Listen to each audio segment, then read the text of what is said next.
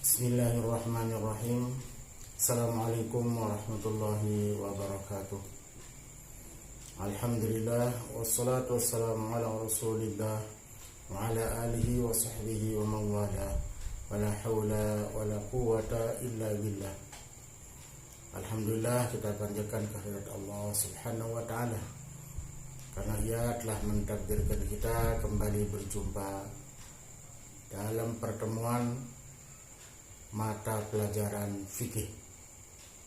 Mudah-mudahan pertemuan kali ini mendapatkan rahmat dari Allah subhanahu wa ta'ala. Sebelum saya lanjutkan pembahasan, saya ingatkan kepada kalian semua, wahai anak-anakku tercinta, agar kalian memperhatikan dengan seksama apa yang akan diuraikan, dibahas dalam kesempatan ini, agar pembahasan yang kita sampaikan dalam kesempatan ini mendapatkan pemahaman yang memuaskan. Karena itu sekali lagi mohon perhatikan dengan seksama, dengan sebaik-baiknya.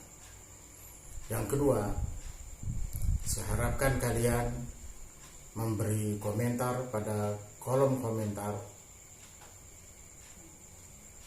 dengan cara menyebutkan nama dan kelas masing-masing. Di kolom komentar ini juga bisa kalian melontarkan pertanyaan yang terkait dengan pembahasan yang sedang kita bahas, bila ada di antaranya yang belum dipahami, sehingga nanti dalam pertemuan berikutnya pertanyaan yang kalian lontarkan insya Allah kita bahas. Karena itu sekali lagi berikan komentar dengan menyebutkan nama dan kelas kalian masing-masing, serta bila dianggap perlu maka lontarkanlah pertanyaan di kolom pertanyaan yang telah tersedia. Baiklah anak-anakku sekalian, pertemuan kali ini masih kita berbicara tentang muamalah di luar jual beli. Dalam pertemuan yang lalu kita sudah bahas pokok bahasan yang terkait dengan muamalah di luar jual beli ini adalah pinjam meminjam. Kali ini kita akan melanjutkan pembahasan tersebut dengan pokok bahasan utang piutang. Pembahasan ini dapat kalian lihat di buku paket kalian pada halaman 73 dan seterusnya. Sekali lagi pada halaman 73 dan seterusnya.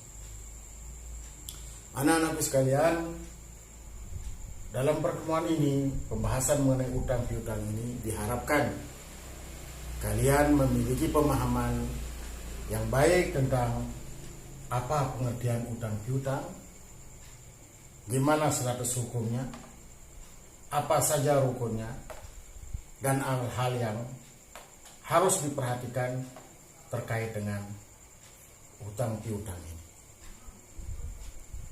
Baiklah anak-anakku sekalian, yang pertama, apa pengertian utang piutang? Pengertian utang piutang adalah memberikan sesuatu kepada seseorang dengan perjanjian yang bersangkutan akan mengembalikan sesuatu tersebut dalam jangka waktu yang disepakati. Jadi perhatikan, ya, memberikan sesuatu ini bisa berupa barang, bisa berupa uang. Ya. Kepada siapa? Ya, kepada seseorang yang membutuhkannya. Ya. Dengan perjanjian tentunya yang bersangkutan akan mengembalikan sesuatu yang dipinjam tersebut dalam jangka waktu yang telah disepakati.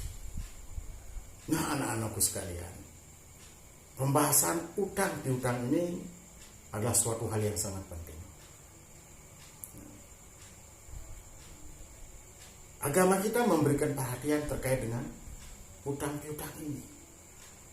Karena terkadang orang ketika mau berhutang, dia memelas. Tapi giliran ia mengembalikan atau membayar utang, dia malah malas. Nah, itulah penyakit orang yang berhutang.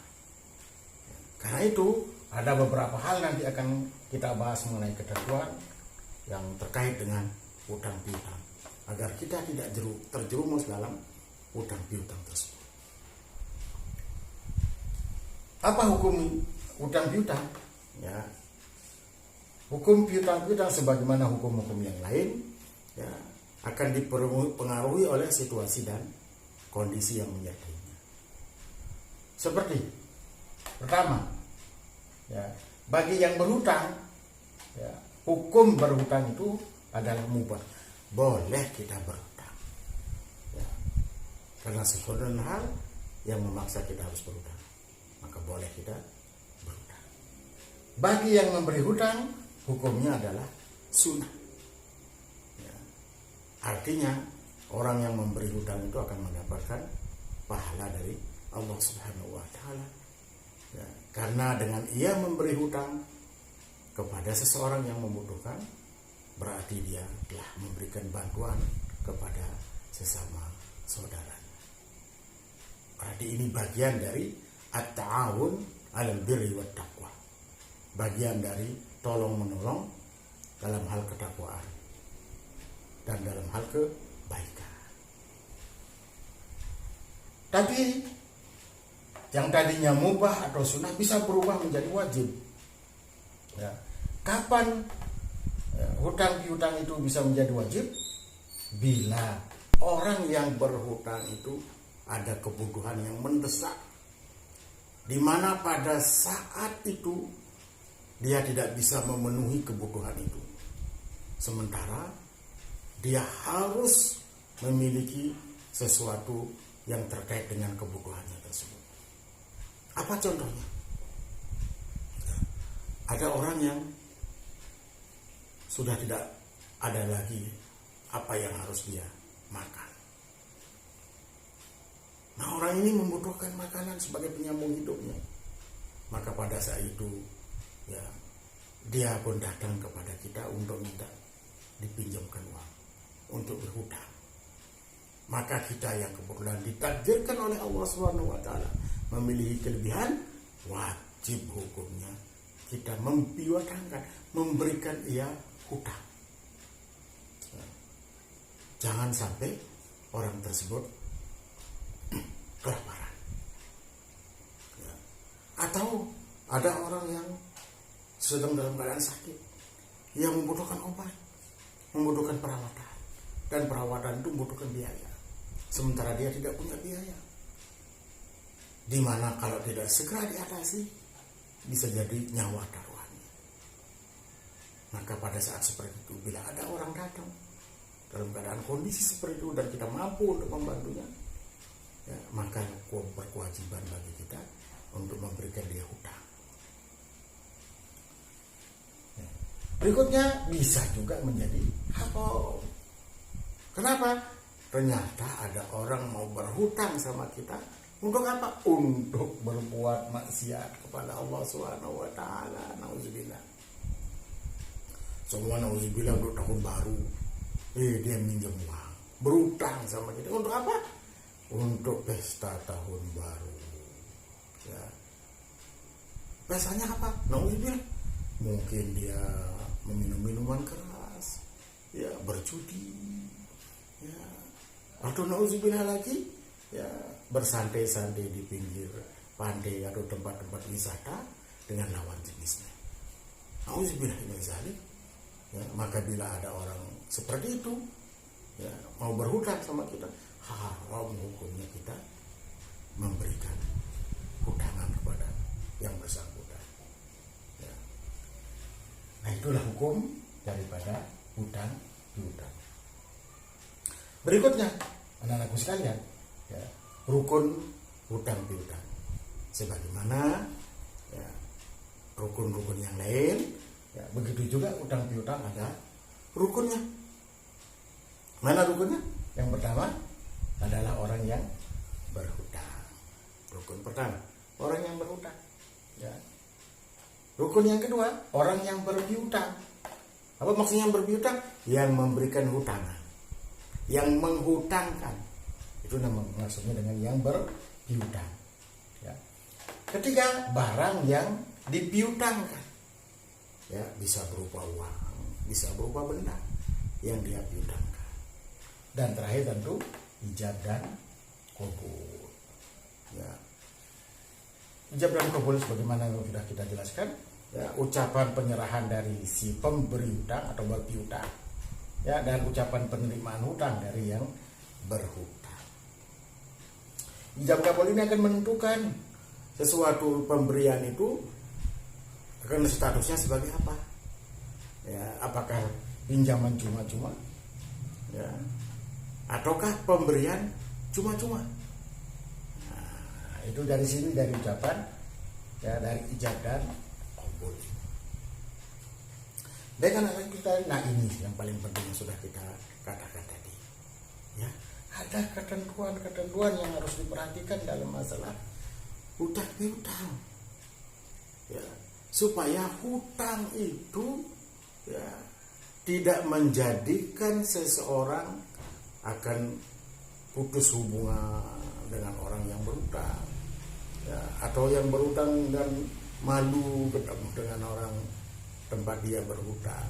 Hanya ada ketentuan yang harus diperhatikan agar walaupun terpaksa terjadinya utang piutang, maka antara yang berhutang dengan yang berpiutang tidak putus komunikasi, tidak putus hubungan, tidak putus silaturahim. Apa itu yang pertama? Hendaklah utang piutang itu dicatat. Karena Allah sudah menyatakan dalam sebuah firman-Nya. Apa kata Allah? Fa idza tadayantum bidainin ila ajalin musamma faktubuh. Ya. Bila kalian melakukan transaksi utang piutang, yang mana utang piutang itu ditentukan dalam waktu tertentu batasnya, faktubuh kata Allah, maka hendaklah kalian catat ya. Apa yang dicatat? Tentu pertama antara lain tanggal atau hari dan tanggal terjadinya utang piutang tersebut. Ya. Kedua, siapa yang berhutang dan siapa yang berpiutang. Ya. Ketiga, kapan mau mengembalikannya, ditulis. Oh, jadi dia nanti akan mengembalikannya tanggal sekian, hari ini tanggal sekian, jam sekian. Yang berikutnya yang bicara adalah berapa hutangnya. Ya. Namanya manusia sering lupa, ya, atau kita tidak tahu, ya, takdir Allah berkata lain. Ya. Orang yang berhutang ternyata meninggal dunia. Nah, bagaimana untuk memberitahu keluarganya bahwa dia telah berhutang? Ya. Nah, makanya disebutlah di sana berapa hutangnya, ya, kapan akan mengembalikannya, ya, bagaimana cara mengembalikannya, itu semua dicatat. Ya. Tentu kemudian di bawah ditandatangani, ya, catatan itu oleh yang berpiutang. Kalau hutangnya besar, ya, maka dalam aturan negara, ya, ditentukan harus ada materai. Di atas materai itu kemudian dibubuhkan, jadi dicantumkan tanda tangan siapa yang meminjam tersebut. Ya. Nah, tujuannya untuk menguatkan agar nanti ketika terjadi hal-hal yang tidak diinginkan atau mungkin ada yang lupa, sehingga supaya jangan timbul sengketa perselisihan, maka bukti catatan itulah nanti akan berbicara. Oh, ini kan ternyata benar. Nah, alangkah baiknya juga ada saksi, ya, ada saksi yang ikut menyaksikan terjadinya utang piutang. Tentu utang piutang kaitannya dengan utang piutang yang besar, yang dimana seseorang berat untuk mengikhlaskan utangnya karena saking banyaknya. Ya. Catatan kedua, ya, yang perlu diperhatikan adalah, ya, tidak boleh mengambil untung atau manfaat dari utang tersebut. Orang yang mengutangkan sesuatu, seumpama yang dia utangkan adalah uang, ya, maka tidak boleh mengambil untung dari utang yang dia utangkan tersebut. Coba dia mengutangkan 20 juta, ya, maka nanti dikembalikan juga 20 juta. Nah, bila dia mengambil untung atau manfaat ya, dari hutangnya tersebut, ya, maka keuntungan atau manfaat yang diperoleh dari utang itu oleh si yang mengutangkannya menjadi riba, ya, haram hukumnya. Tidak boleh mengambil keuntungan. Kita menghutangkan sesuatu kepada seseorang tujuannya bukan untuk cari untung, ya, tapi untuk membantu meringankan orang yang berhutang. Jadi bukan untuk mencari keuntungan, semata-mata untuk ta'awun saja, untuk saling tolong-menolong.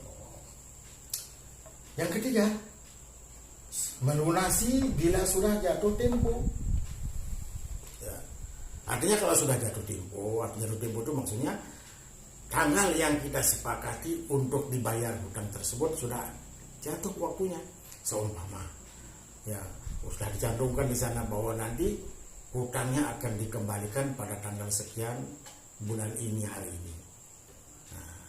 Nah, bila sudah tiba waktu jatuh tempo tersebut, ketentuan waktunya untuk mengembalikan, untuk membayarnya, ya, maka harus segera dibayar, ya, segera dilunasi, ya, tidak boleh ditunda lagi, ya.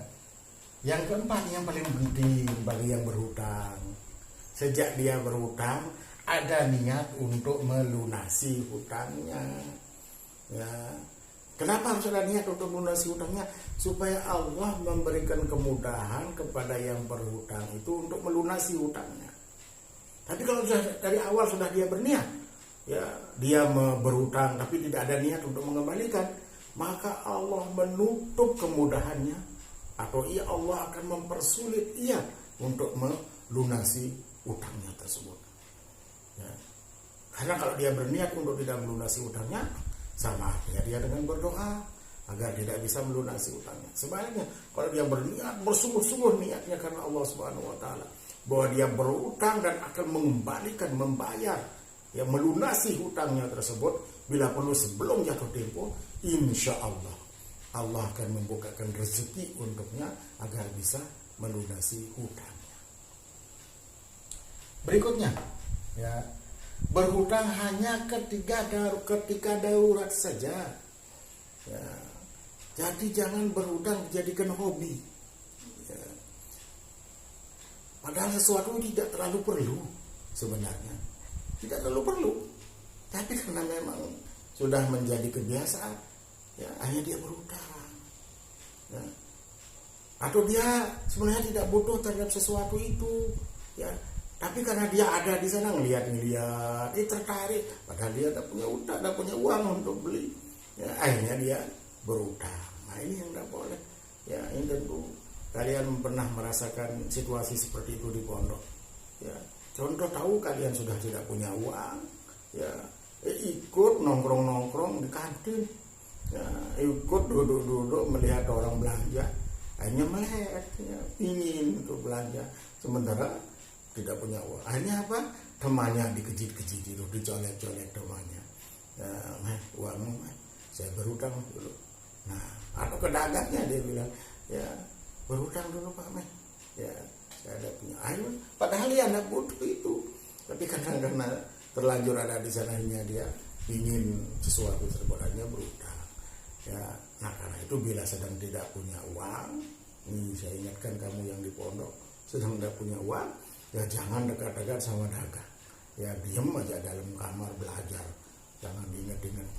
Ya, nah nanti kalau sudah ada punya uang baru penuhi keinginan itu. Jangan membiasakan diri, ya, sedikit-sedikit berutang, Ya, nah bisa jadi kebiasaan berutang ini kadang-kadang, ya, tanpa sadar orang tua kalian mengajarkannya waktu kalian masih kecil. Contohnya gimana? Ya, orang tua kalian sedang duduk ngobrol, terus tiba-tiba kalian yang rengek-rengek minta sesuatu kepada orang tua kalian. Ya, orang tua kalian tidak tega meninggalkan teman ngobrolnya. Ya, akhirnya orang tua kalian, ya, langsung aja ngambil jalan pintas. Apa dia bilang orang tua kalian? Ayo ambil sudah di sana, nanti kita bayar.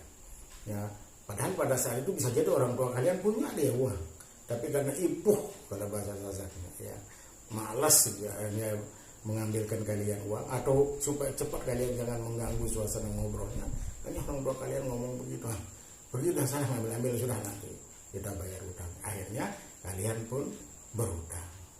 Nah, jadi ini awal mula kalian meremehkan hal-hal yang terkait dengan utang, ya, sehingga gampang sekali berutang.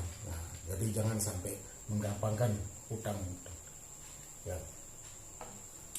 Berikutnya, segera melunasi bila terpaksa. Segera melunasi, tapi bila terpaksa harus menunda, ya, maka harus ada pemberitahuan. Ya, ayat sudah jatuh tempo, seharusnya kita lunasi. Ternyata sampai saat itu belum juga ada untuk melunasinya. Nah, maka pada saat itu jangan diam atau malah jangan menghilang, ya. Datang baik-baik, bercerita apa adanya kepada tempat dia berhutang. Ceritakan, ini kondisi saya sehingga saya belum siap untuk melunasinya. Mohon diberi perpanjangan waktu. Jadi jangan menghilang, ya. Yang menyebabkan nanti yang mempiutangkan itu, yang memberi hutang itu menjadi sakit hati, malah jengkel, ya. Akibatnya hubungan silaturahim menjadi renggang. Nah, itu tidak boleh, ya. Nah, bila kondisi yang keenam ini tadi, ya, di mana yang berhutang terpaksa harus menunda hutangnya, maka nomor 7, ya, maka yang memberi hutang itu harus memberi penangguhan, ya, sesuai keadaan.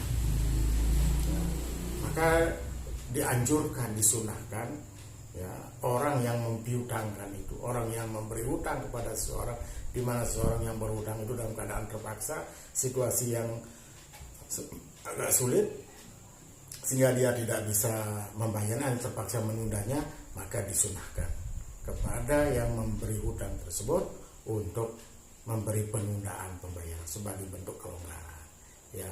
Nah, kalau kita memberi kelonggaran kepada seseorang, kalau kita memberi kemudahan, membuka pintu kemudahan kepada seseorang, kata Nabi, maka Allah akan memudahkan urusannya di hari kiamat nanti, ya. Yang berikutnya, ya, menggunakan hasil hutangnya tersebut dengan cara yang baik dan dibenarkan agama. Contoh, kita terpaksa meminjam sesuatu, ya, karena kebutuhan yang mendesak.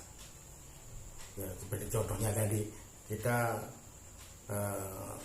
ada keluarga sakit, kemudian kita tidak punya dana untuk pengobatannya, terpaksa minjam.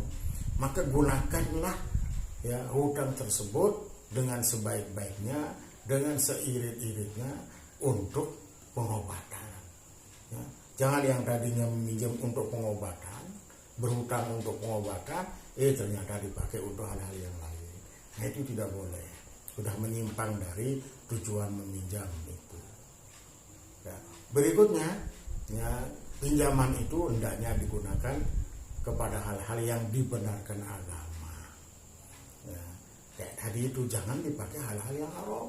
Nauzubillah, ya, dia berhutang hanya semata-mata karena ingin berjudi, nauzubillah, ya, mabuk-mabukan, ya, untuk santai, ya, itu hal-hal yang mengandung unsur maksiat, ya, maka haram, ya, seperti yang sudah kita katakan dari haram adanya hutang piutang pada situasi seperti itu, ya.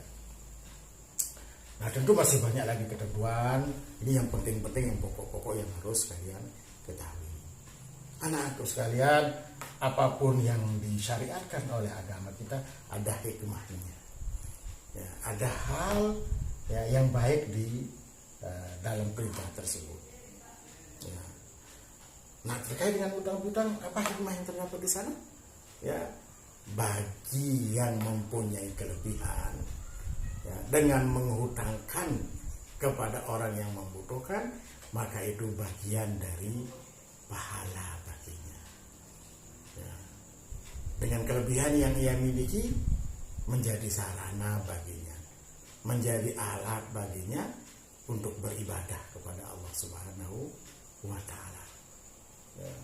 Karena Allah mengatakan begitu, siapa yang memberi utang, ya, dengan utang yang baik kepada seseorang, Allah akan melipat gandakan pahalanya. Ya. Nah, bagi orang yang berhutang, apa hikmah yang dia peroleh? Ya, maka dengan berhutang ia mampu kemudian ya mengatasi problem keuangan yang sedang dia hadapi. Ya. Sehingga dia tidak menjadi menderita gara-gara dia tidak punya dana yang harus dia manfaatkan, gunakan. Ya, maka dengan berhutang, insya Allah teratasilah bebannya. Ya. Nah, yang berikutnya hikmahnya apa lagi? Ya, bisa juga dia itu sebagai sarana silaturahim. Ya, sebagai sarana silaturahim itu.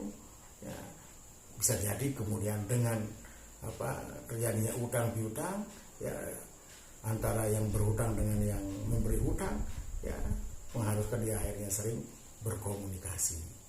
Ya, bisa jadi kemudian menjadi teman bekerja, ya itu teman bekerja. Hanya yang tadinya hutang biasa, kemudian kita lihat saudara kita membutuhkan modal yang tadinya berupa hutang biasa, akhirnya kita berubah menjadi pemberian modal. Ya, artinya kenapa kok dia sering berhutang, setelah dilihat ternyata ini masalahnya. Ya, akhirnya dia cari jalan keluar. Kalau gitu bagaimana kalau kamu berusaha, saya ngasih modal. Akhirnya jadilah dia teman kerja, partner kerja. Nah, itu antara lain hikmah yang diperoleh dari hutang piutang. Tapi saya ingatkan sekali lagi, walaupun berhutang itu dibolehkan oleh agama, ya, tapi nauzubillah, usahakan jangan sampai berhutang kecuali dalam keadaan mendesak. Itu sebabnya sampai Nabi kita Muhammad SAW mengajarkan kita agar kita terhindar dari hutang. Ya, apa doanya? Ya, beliau katakan, ya, beliau ajarkan doa itu kepada kita semua umatnya, yang berbunyi, Allahumma inni a'udzubika min ghalabati dain wa qahri rijal. Nah, ini doa, ya, tolong ini sering-sering dibaca, ya, supaya kita jangan terlilit hutang. Allahumma inni a'udzubika min ghalabati dain. Ya Allah, aku berlindung kepadamu ya Allah dari terlilit hutang. Ya, wa qahri rijal, ya, dan ditipu oleh orang, dikendalikan, ya, diakal-akali oleh orang. Kita berlindung kepada Allah Subhanahu wa ta'ala. Karena itu mari kita berdoa kepada Allah Subhanahu wa ta'ala. Mudah-mudahan Allah menghindarkan kita dari kebiasaan berhutang. Mudah-mudahan Allah menjauhkan kita dari kebiasaan berhutang, supaya nanti jangan menjadi beban, ya, dalam hidup kita. Nauzubillah, apalagi kalau ternyata kemudian kita tidak bisa membayar hutang tersebut, ya, maka pertanggungjawaban di akhirat itu Masya Allah. Nah, karena itu juga hati-hati ketika berhutang. Ingat selalu pada siapa kita berhutang, ya. Jangan nanti karena kita terlambat bayar atau kita melalaikan, hanya lupa. Setelah kita mati baru kita ingat di dalam kubur bagaimana kita mau kembali untuk membayar hutang. Kalau Allah kasih, kita kembali lagi. Ya, kita bilang kepada Allah, ya Allah, hidupkan saya kembali, bangkitkan saya dari kubur. Ternyata ada hutang saya yang belum saya bayar, ya Allah, mau saya bayar dia. Nah, tidak bisa kita kembali, ya, karena di akhirat, ya, jalan kubur, ya, adalah alam pembalasan amal perbuatan kita. Baik yang kita berbuat di dunia, baiklah balasannya di kubur. Sebaliknya bila perbuatan kita tidak baik, ya, maka azab kuburlah yang menanti kita. Nauzubillah ini. Ya, baiklah anak-anakku sekalian, sekali lagi saya ingatkan, ya, apa yang telah saya sampaikan ini mohon dicatat kembali di buku catatan. Saya ingatkan kembali, catat apa yang telah saya sampaikan ini di buku catatan kamu.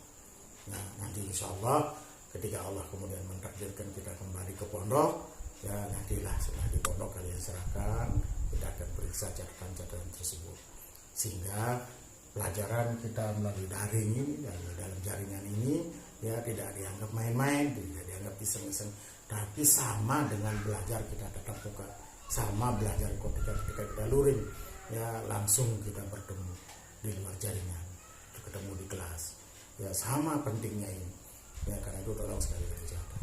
Sekali lagi juga saya ingatkan, tolong berikan komentar di kolom komentar yang tersedia ya, di dalam video yang akan kalian dengarkan, kalian tonton ini. Diberi komentar dengan cara menulis nama kalian dan kelas kalian, atau mungkin dalam komentar itu juga kalian tulis hal-hal yang perlu dipertanyakan untuk diberikan penjelasan berikutnya. Nah, demikian, mudah-mudahan Allah berikan kita ilmu yang bermanfaat, bukan hanya untuk diri kita tapi juga untuk orang lain, dan mudah-mudahan pula mendapatkan pahala jariah bagi orang tua kita yang membiayai ya, yang memperhatikan pendidikan kita. Demikian, mudah-mudahan apa yang saya sampaikan dapat kalian pahami dengan sebaik-baiknya. Wabillahi taufiq wal hidayah. Subhanakallahumma wa bihamdika asyhadu an la ilaha illa anta astaghfiruka wa atubu ilaika. Assalamualaikum warahmatullahi wabarakatuh.